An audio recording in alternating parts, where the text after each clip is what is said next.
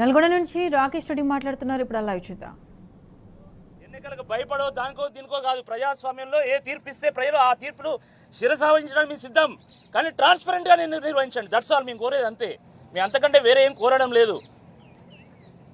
కాబట్టి ఎందుకంటే వాళ్ళు ఎట్లా మమ్మల్ని పట్టించుకుంటలేరు కాబట్టి మీ ద్వారా ఎన్నికల సంఘానికి, ఎందుకంటే ఎన్నికల సంఘం యొక్క అధికారిగా వారు కొనసాగుతున్నారు, వారి యొక్క ప్రతినిధిగా వారు కొనసాగుతున్నారు. కాబట్టి మేము రాష్ట్ర ఎన్నికల సంఘానికి, భారత ఎన్నికల సంఘానికి మేము అప్పీల్ చేస్తున్నాం. ఈ ఎన్నికల నిర్వహణలో మాకు అనేక అభ్యంతరాలు ఉన్నాయి. ప్రతి టేబుల్ దగ్గర 5 ఓట్లు 6 ఓట్లు చాలా డిఫరెన్సెస్ వచ్చినాయి. మేము అయినా కూడా అవన్నీ భరించినాం. నిన్నటి నుండి మీకు కనీసం ఎక్కడ కూడా కనీసం ఒక కంప్లైంట్ కూడా ఇవ్వలే. కానీ ఈరోజు ఏకంగా ఒక రౌండ్లో ఒకే హాల్లో 1000కు పైగా మరి తేడా వచ్చిన సందర్భంలో ఖచ్చితంగా దీన్ని తేల్చుకోవాలి.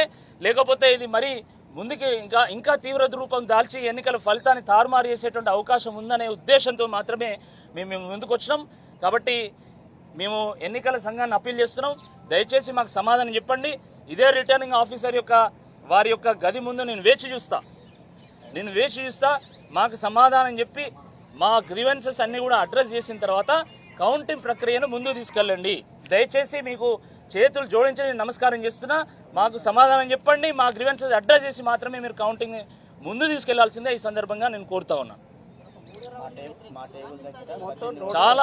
చాలా నిన్నటి నుండి కనీసం మా కౌంటింగ్ ఏజెన్సీ యొక్క సంతకాలు కూడా తీసుకోలే.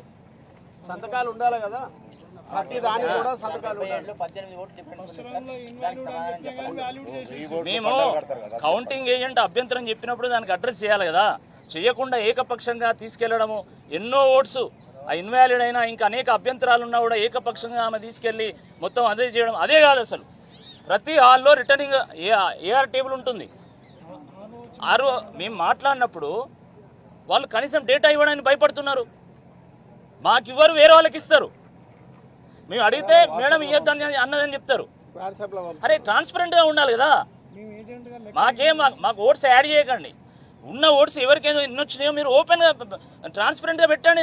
దాంట్లో భయం ఏంది? బాజాప్తా ఓపెన్గా పెట్టండి. దాంట్లో భయం ఏంది నాకు అర్థం కాదు. ఎన్నికల సంఘం, భారత ఎన్నికల సంఘం అసెంబ్లీ ఎన్నికలు నిర్వహించింది, లోక్సభ ఎన్నికలు నిర్వహించింది. ఇట్లానే నిర్వహించిందా? ట్రాన్స్పరెన్సీ లేదా? మరి ఈ ఎన్నికలు ఎందుకు అట్లా చేస్తున్నారు? ఎందుకంటే ఖచ్చితంగా మేము గెలుస్తాం, ఆ గెలుపును ఆపాలని కుట్రపూరితంగా ఇది చేస్తున్నారు. 100% అది మొదటి నుండి నేను చూస్తున్నా.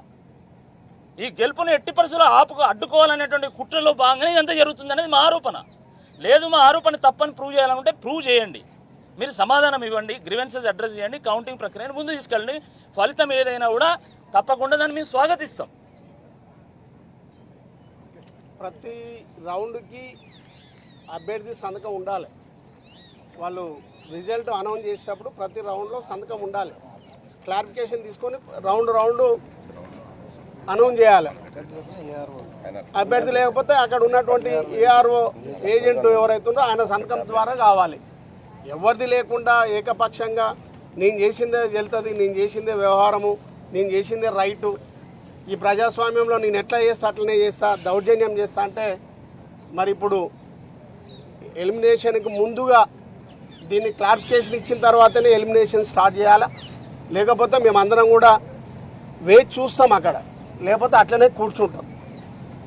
మరి ఎంతమందిని ఇబ్బంది పెడతారో ఈ యొక్క ఎన్నికని మరి ఏ విధంగా డిస్టర్బ్ చేయాలనే ప్రయత్నం చేస్తుందో ఒకసారి ఆలోచన చేసుకోవాలని, ఒక ఆర్ఓగా, ఒక జిల్లా కలెక్టర్గా బాధ్యతలో ఉన్నటువంటి వ్యక్తిగా అందరికీ న్యాయం చేయాల్సింది, ఎవరికి తొత్తు కాకుండా మరి ఈ యొక్క మా అనుమానాలన్నీ కూడా పూర్తి చేయాలని మరి ఆర్ఓ గారిని కోరుతా ఉన్నాం. ఓకే, రాకేష్.